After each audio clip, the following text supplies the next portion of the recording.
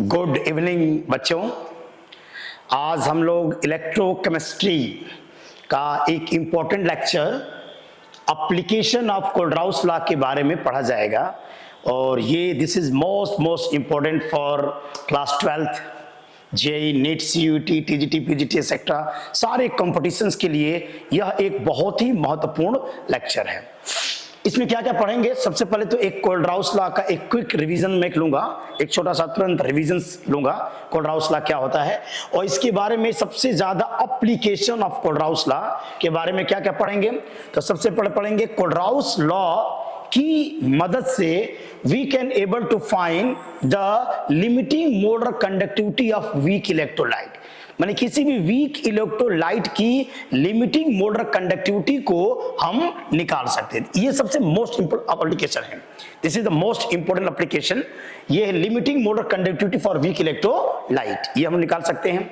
दूसरा, dissociation constant of weak electrolyte, किसी भी वीक इलेक्ट्रोलाइट का डिसोसिएशन कांस्टेंट कैसे होता है उसको भी हम लोग निकाल सकते हैं। और तीसरा, the degree of dissociation for weak electrolyte, किसी वीक इलेक्ट्रोलाइट की डिग्री ऑफ डिसोसिएशन को कैसे हम फाइंड आउट कर सकते हैं, इसके बारे में भी हम लोग पढ़ेंगे। और एक है चौथा एप्लीकेशन है solubility of Sprüngli soluble salts, किसी भी अगर कोई साल्ट है जो वाटर में बहुत ही कम सॉल्युबल है, लेस एक्सटेंट इन वाटर, पानी में बहुत ही कम सॉल्युबल होता है, तो उसका हम सॉल्युबिलिटी या सॉल्युबिलिटी प्रोडक्ट कैसे निकालते हैं इसके बारे में चर्चा करेंगे। और पांचवा है कोलराउस लॉ की मदद से हम लोग ट्रांसपोर्ट नंबर, किसी भी कैटायन या किसी भी एनायंस का ट्रांसपोर्ट नंबर निकाला जा सकता है। Let's start. आप सही बच्चों का study time with Rajesh sir YouTube channel पर आप सबका स्वागत है। तो थोड़ा सा ब्रीफ में देख लेते हैं what is the meaning of Kohlrausch law. Kohlrausch law के बारे में एक बस थोड़ा सा एक रिकैप लेता हूं मैं। तो कोलराउस लॉ के बारे में बताया गया था कि एक ग्राफ जब हम लोग खींच रहे थे, जब हम लोग एक ग्राफ खींचते थे, आपको याद होगा root C versus lambda M, यानी मोलर कंडक्टिविटी का अगर मैं ग्राफ खींचता हूं कंसंट्रेशन के रेस्पेक्ट में, तो हम लोग दो ग्राफ हम लोग प्राप्त किए थे। एक ग्राफ मिलता है जैसे मान लीजिए कि केसीएल एक स्ट्रॉन्ग इलेक्ट्रोलाइट का, तो स्ट्रॉन्ग इलेक्ट्रोलाइट का ये जो मैक्सिमम पॉइंट होता है इसको बोलते हैं lambda M zero, lambda M zero, या इसका एक और सिंबल है बेटा लैम्डा एम इनफाइनाइट, यानी कंसंट्रेशन जीरो या डाइल्यूशन क्या होता है इनफाइनाइट कर दिए। जीरो कंसंट्रेशन पर जो मोलर कंडक्टिविटी होती है, जीरो कंसंट्रेशन पर जो मोलर कंडक्टिविटी होती है उसी को कहा जाता है limiting molar conductivity, limiting molar conductivity. तो इसको दिखाने के दो तरीके हैं, या तो लैम्डा एम जीरो या लैम्डा एम इनफाइनाइट की वजह से हम निकाल सकते हैं। और ग्राफ की मदद से हम किसी भी स्ट्रॉन्ग इलेक्ट्रोलाइट की लिमिटिंग मोलर कंडक्टिविटी को आसानी से प्राप्त कर सकते हैं।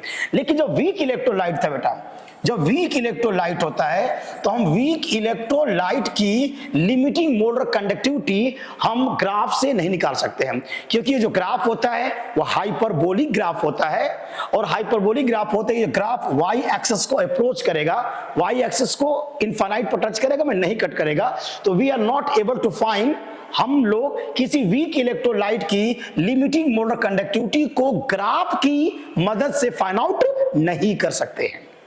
और इसी में आपको हेल्प करने वाला है कौन सा लॉ? Kohlrausch law.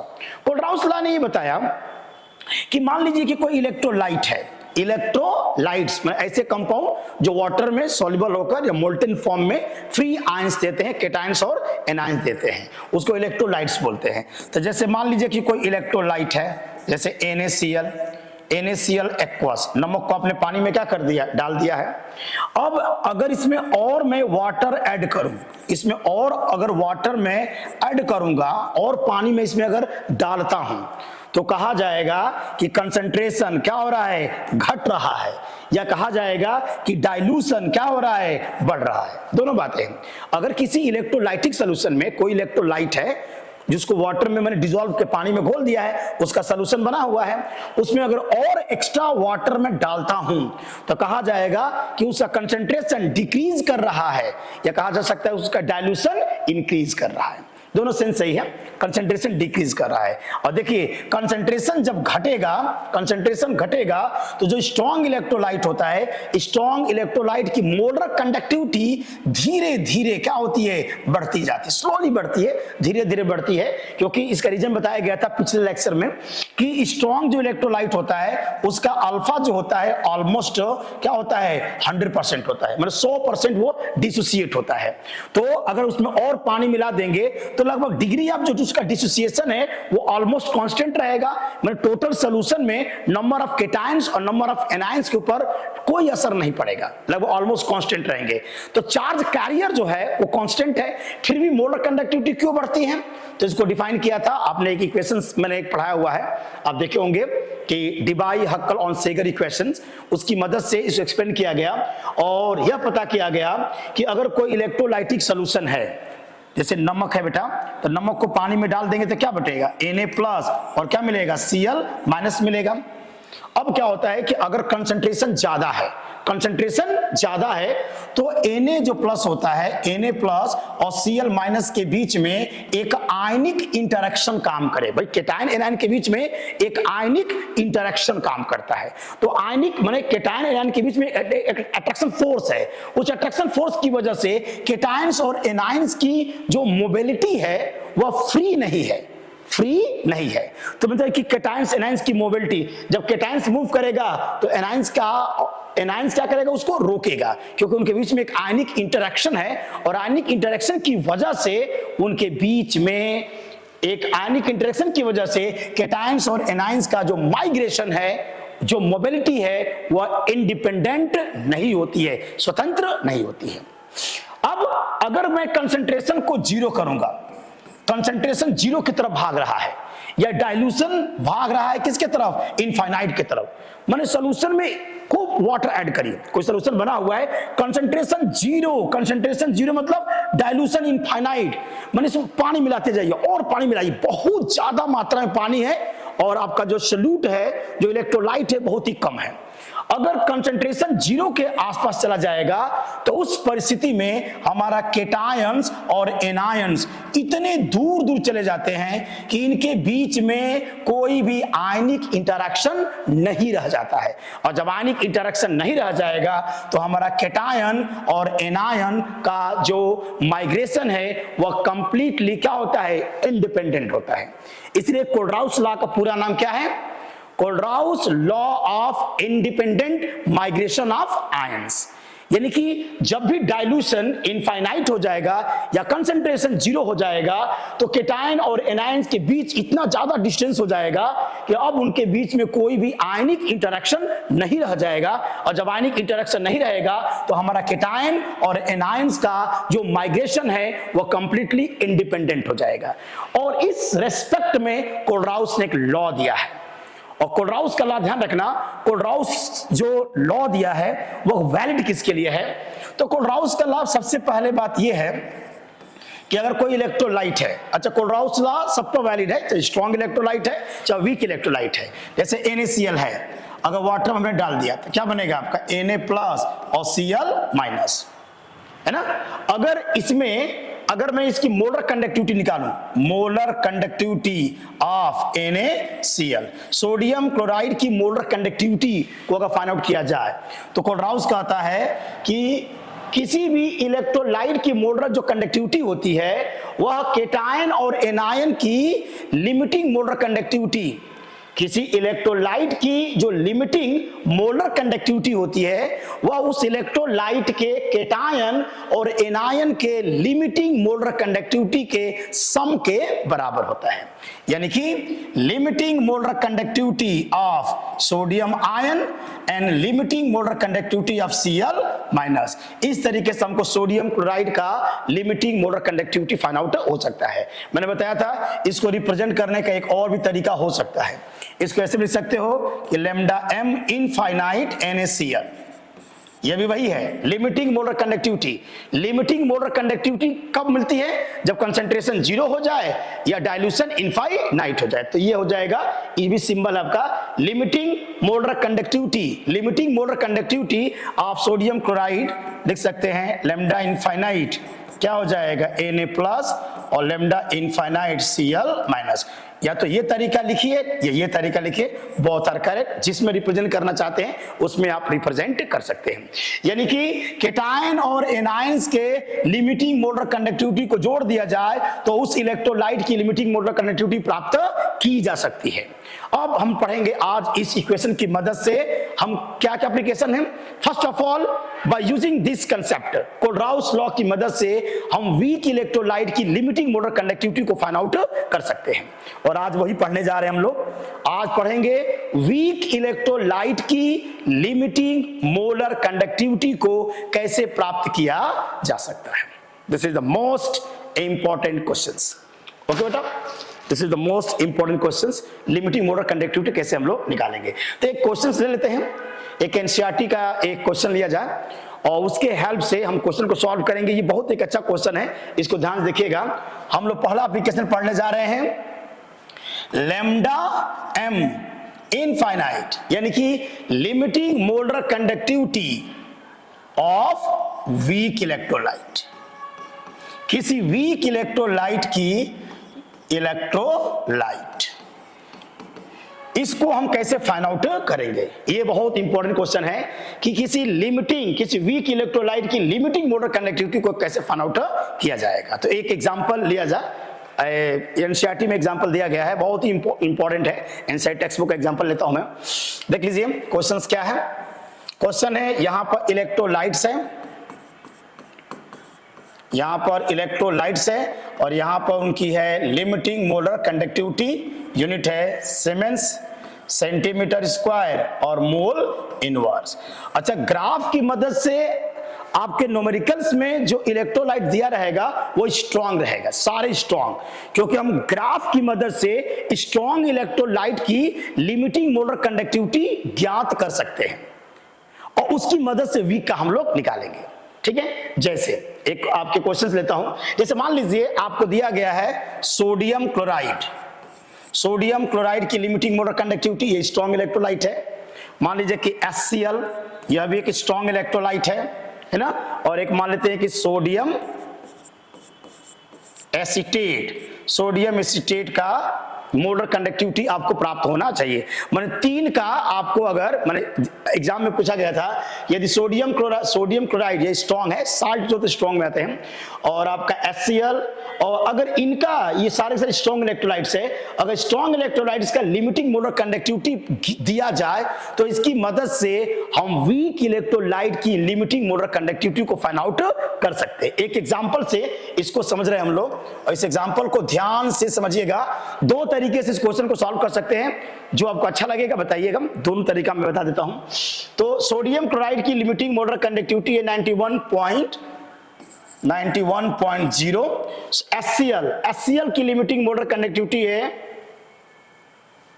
425.9 और सोडियम एसीटेट का दिया है,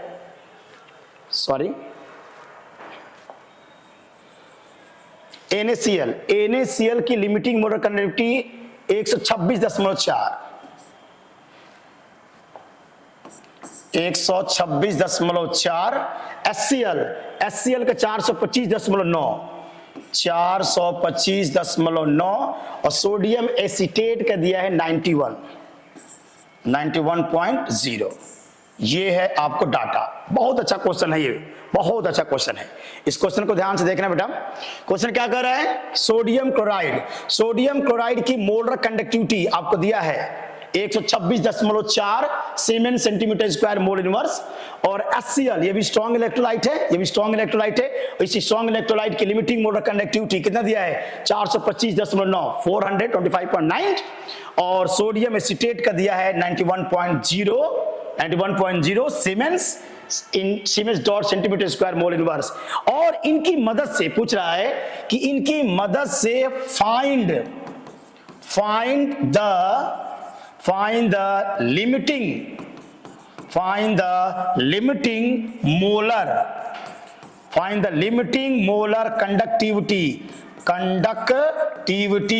of CH3COOH sodium acetic acid. तो एसिटिक जो एसिड होता है बेटा, एसिटिक एसिड पहले बता दे कि वह वीक इलेक्ट्रोलाइट है। एसिटिक एसिड CH3COOH, यह ऑर्गेनिक केमिस्ट्री में एथेनोइक एसिड है। तो यह जो है यह एक वीक इलेक्ट्रोलाइट है और इस वीक इलेक्ट्रोलाइट की लिमिटिंग मोलर कंडक्टिविटी को हमको फाइंड आउट करना है। डाटा क्या दिया है आपको? NaCl सोडियम क्लोराइड का आपको लिमिटिंग मोलर कंडक्टिविटी दिया है, HCl का लिमिटिंग मोलर कंडक्टिविटी दिया है, सोडियम एसीटेट का लिमिटिंग मोलर कंडक्टिविटी दिया है और इनके हेल्प से हमको निकालना है एसिटिक एसिड जो कि वीक इलेक्ट्रोलाइट है, इसकी लिमिटिंग मोलर कंडक्टिविटी कितनी होगी। ठीक है, तो ये कोलराउस लॉ की मदद से क्वेश्चन को सॉल्व करने जा रहे हैं। ध्यान देखिएगा, बहुत मोस्ट इंपोर्टेंट क्वेश्चन है। तो पहले इसको देयर आर मैनी मेथड्स, कई सारे मेथड है जो क्वेश्चन को सॉल्व कर सकते हैं। ठीक है ना, तो मैं एक लगाता हूं एक दो मेथड से जो आपको अच्छा लगे, देखिएगा। जैसे मान लीजिए मैं इस क्वेश्चन को पहले अगर तरीके से सॉल्व करूं, ध्यान देना क्वेश्चन बहुत इंपॉर्टेंट है, मोस्ट इंपॉर्टेंट क्वेश्चन आपका है ये।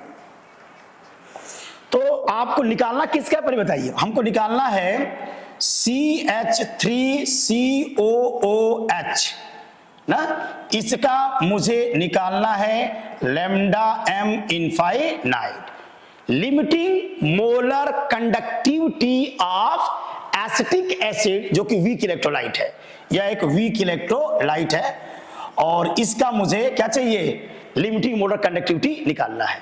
तो अगर मैं इसको कोलराउस लॉ लागू करूं, पहले कोलराउस लॉ बना लें, तो कोलराउस लॉ लागू करेंगे तो CH3COH डबल OH को तोड़ेंगे तो CH3COO माइनस और क्या बनेगा बेटा? H प्लस बनेगा।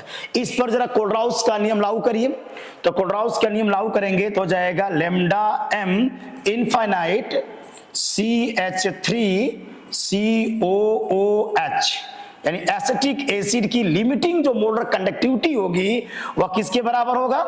वह किसके बराबर होगा? तो लैम्डा इंफिनिटिव CH3COO माइनस और प्लस लैम्डा इंफिनिटिव आपका हो जाएगा H प्लस।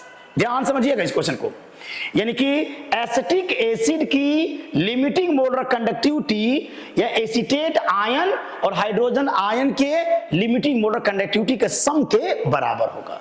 ये डाटा में यूज करूंगा, आपको दिया क्या है?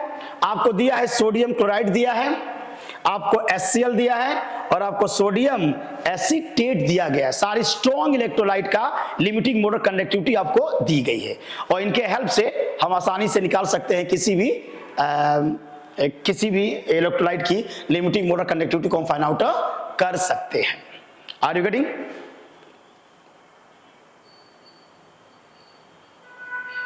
ओके, चलिए तो मैं इक्वेशन बना देता हूं। मैं इक्वेशंस अगर इसका बना दूं, इक्वेशन देखिएगा, केजी में सॉल्व करते हैं क्वेश्चंस को।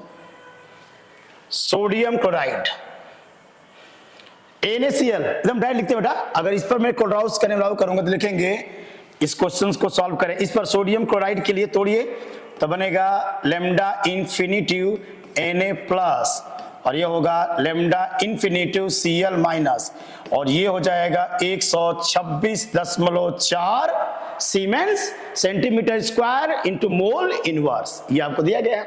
चलिए इसका काम खत्म, मैंने इसका इक्वेशन बना लिया। दूसरा क्या दिया बेटा? दूसरा है HCl। अगर HCl को हम तोड़ें, अगर मैं HCl को तोड़ूंगा, इस पर लगाऊंगा कोलराउस का नियम, तो लैम्डा इनफाइनाइट H प्लस और plus lambda infinite Cl minus और ये दिया है 425.9 आपका इसके लिमिटिंग मोलर कंडक्टिविटी दिया गया है। और अंत में दिया है सोडियम एसीटेट का, सोडियम एसीटेट आपको दिया गया है। तो सोडियम एसीटेट को अगर मैं तोड़ दूं, सोडियम एसीटेट को अगर मैं तोड़ दूं तो बनेगा lambda infinitive CH3COO minus n plus lambda infinitive Na plus, और ये दिया है बेटा 91.0, इतना आपको दिया गया है और ये हमको निकालना है। डाटा देख लो ध्यान से, डाटा देख लीजिएगा, ठीक है। लिमिटिंग मोलर कंडक्टिविटी को फाइंड आउट करना है हम लोग को। अब क्या करेंगे, क्वेश्चंस क्या करना है, ध्यान देखो, हमको जो चाहिए उसमें एसीटेट आयन और हाइड्रोजन आयन के बीच में प्लस का चिन्ह चाहिए। तो ये मान लो कि ये हम लोग का इक्वेशन आपका फर्स्ट है, ये इक्वेशन आपका सेकंड है, ये इक्वेशन आपका क्या है, थर्ड है। जो चाहिए उसको देखो, जो हम क्या चाहिए, एसीटेट आयन और हाइड्रोजन आयन के बीच में प्लस का चिन्ह चाहिए। तो देखो किसमें है, हमारा एसीटेट आयन तो यहां पे है बेटा, और इसमें क्या है, H प्लस यहां पे है। तो इसका मतलब इक्वेशन सेकंड और थर्ड को जोड़ना है, और बाकी जो बचेगा उसको माइनस कर दीजिएगा।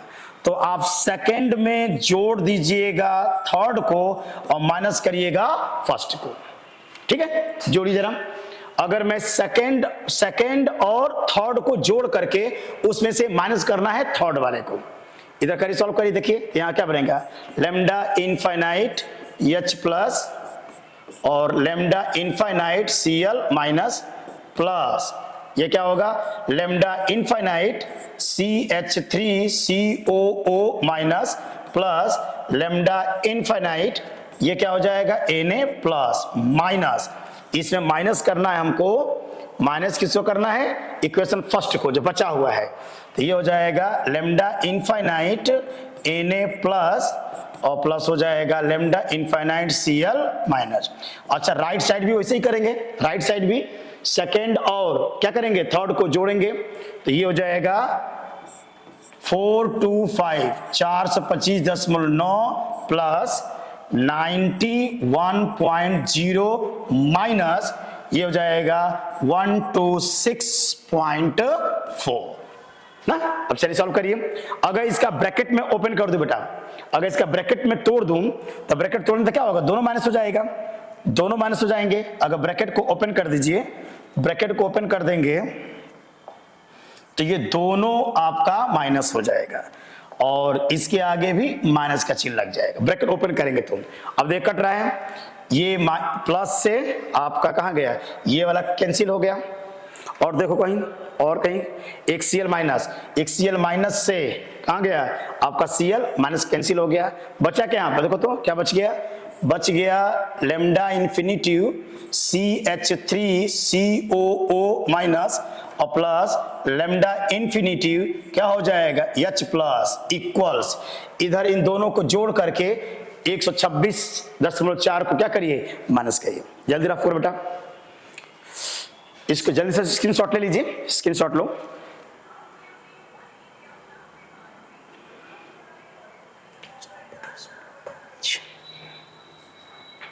ठीक है, तो ये हो जाएगा 390.5 और ये हो जाएगा सीमेंस सेंटीमीटर स्क्वायर और मोल इनवर्स। अब देख लो इक्वेशन यहां पर, क्योंकि हम जानते हैं कि एसीटेट आयन की लिमिटिंग मोलर कंडक्टिविटी और हाइड्रोजन आयन की लिमिटिंग मोलर कंडक्टिविटी को जोड़ने पर आपको मिल जाएगा एसिटिक एसिड की लिमिटिंग मोलर कंडक्टिविटी। यानी अगर इन दोनों को मैं मिला दूं बेटा, अगर मैं इन दोनों को मिला दूं तो इन दोनों को जोड़ेंगे तो हमको मिल जाएगा एसिटिक एसिड की लिमिटिंग मोलर कंडक्टिविटी, हमको फाइंड आउट हो जाएगा। Are getting, limiting molar conductivity find out हो जाएगा। ओके, हो गया स्क्रीनशॉट, ठीक है बेटा। चलिए, तो आ गया इसका सॉल्व, जब हम लोग किए तो आ गया कि limiting molar conductivity of CH3COO minus plus limiting molar conductivity of H plus आया था 390.5 आपका सीमेंस सेंटीमीटर स्क्वायर और ये हो जाएगा मोल इनवर्स। और मैं पहले ही बना दिया था, ये दोनों मिल करके कोलराउस के नियम के तहत ये दोनों मिल करके बन जाएगा limiting molar conductivity of CH3COOH equals हो जाएगा 390.5 सीमेंस सेंटीमीटर स्क्वायर और मोल इन वर्स। ये रहा इसका करेक्ट आंसर।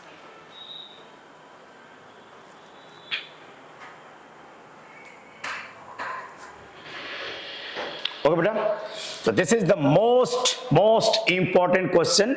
कोलराउस लॉ की मदद से we are able to find, Kohlrausch law की मदद से हम लोग क्या निकाल सकते हैं, हम लोग किसी भी वीक इलेक्ट्रोलाइट की लिमिटिंग मोलर कंडक्टिविटी को फाइंड आउट कर सकते हैं। एक दूसरे तरीके से भी सॉल्व कर सकते हैं, वो भी तरीका मैं चाहूंगा कि आप लोग इसको देख लीजिए कैसे लगाएंगे इस क्वेश्चन को। इस क्वेश्चन को लगाने का एक और भी तरीका हो जाएगा। आपको क्या क्या दिया था, आपको सोडियम क्लोराइड का दिया था लिमिटिंग मोलर कंडक्टिविटी, और क्या दिया था, HCl का दिया था बेटा, और क्या दिया था, सोडियम एसीटेट का आपको दिया था। तीन की लिमिटिंग मोलर, सोडियम एसीटेट तीन की लिमिटिंग मोलर कंडक्टिविटी आपको क्वेश्चन में आपको दिया गया है। और क्या पूछ रहा था, आपको फाइंड करना था CH3COOH जो कि वीक इलेक्ट्रोलाइट है, और हमको इसकी लिमिटिंग मोलर कंडक्टिविटी क्या करना है, फाइंड आउट करना था। एक दूसरे तरीके से सॉल्व करते हैं इस क्वेश्चन को, ध्यान दीजिएगा। एक नया तरीका हो सकता है कि ये भी कुछ बच्चों को अच्छा लग सकता है। लगाने का तरीका ये होगा कि CH3COOH को पहले तोड़ लीजिए, जब ये टूटेगा तो क्या बनेगा, CH3COO माइनस, और यहां से क्या होगा, H प्लस, सबको पता है। और अगर इस पर कोलराउस का मैं नियम लागू कर दूं तो हो जाएगा limiting molar conductivity of acetic acid, limiting molar conductivity of acetic acid बराबर होगा बेटा limiting molar conductivity of acetate ion और plus limiting molar conductivity of H plus, यही है ना। ओके, चलिए किसका, अच्छा क्वेश्चन में क्या दिया है, क्वेश्चन में तो आपका सोडियम क्लोराइड दिया है। तो क्वेश्चन में सोडियम क्लोराइड दिया है, सोडियम इसका मतलब सोडियम है इसमें, तो एक काम करिएगा, सोडियम को जोड़ दीजिएगा, limiting molar conductivity of sodium जोड़िएगा और उतना ही माइनस कर दीजिएगा लिमिटिंग कंडक्टिविटी ऑफ Na। इसका मतलब कि मान में कोई फर्क नहीं पड़ेगा बेटा। अरे भाई सोडियम जोड़ दिया, उतने सोडियम मैंने घटा दिया। और क्या दिया जगह, और इसमें क्लोरीन है तो क्लोरीन को भी जोड़ दीजिए, limiting molar conductivity of Cl minus उतना जोड़िए, और limiting molar conductivity of Cl minus को घटा दीजिए ताकि मान में कोई फर्क ना पड़े। अब ऐसा एक केटायन और एनायन को पेयरिंग करिएगा कि स्ट्रॉन्ग इलेक्ट्रोलाइट बने। अब इसको पेयरिंग कर बेटा, इनमें दो का पेयर करके यही तीनों साल्ट बनने चाहिए, तो देखो मान लो हमको HCl बनाना है, तो HCl के लिए कौन कौन लेंगे, ये वाला लीजिए, ये वाला और ये वाला लीजिए। देखिए अगर मैं इसको ले लूं बेटा एक साथ और मैं इसको ले लेता हूं तो क्या बन जाएगा, हम लोग का HCl बन जाएगा ना। और क्या चाहिए, देखिए सोडियम एसीटेट भी हमको चाहिए, तो सोडियम एसीटेट के लिए मैं चुन लेता हूं, सोडियम एसीटेट के लिए ये वाला, देखो ये वाला और एक ये वाला मिल गया, ये दोनों को जोड़ दोगे सोडियम एसीटेट बन जाएगा।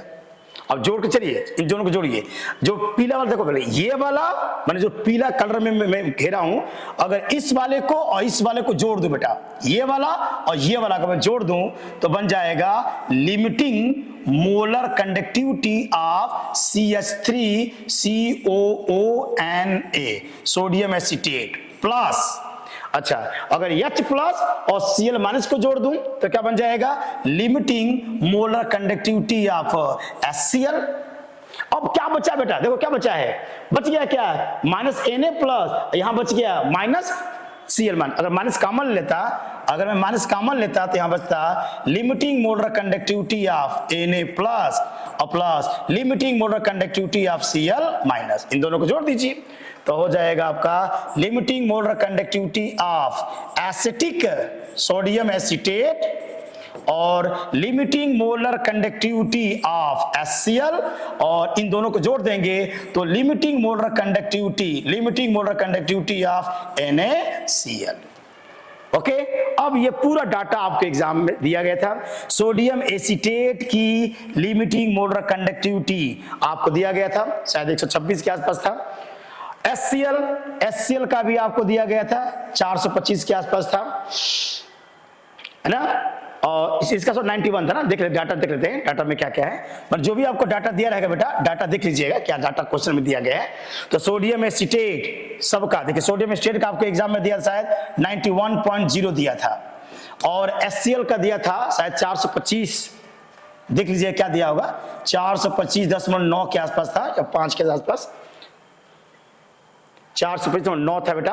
और माइनस सोडियम क्लोराइड का आपको दिया था, सोडियम क्लोराइड का दिया है बेटा 126.4, तो ये हो जाएगा 126.4, पूरा सॉल्व करेंगे इसको तो आ जाएगा 390.5 सीमेंस सेंटीमीटर स्क्वायर, और हो जाएगा मोल इनवर्स।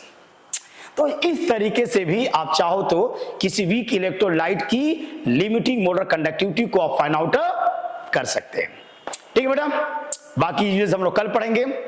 खुश रहिए, बी हैप्पी।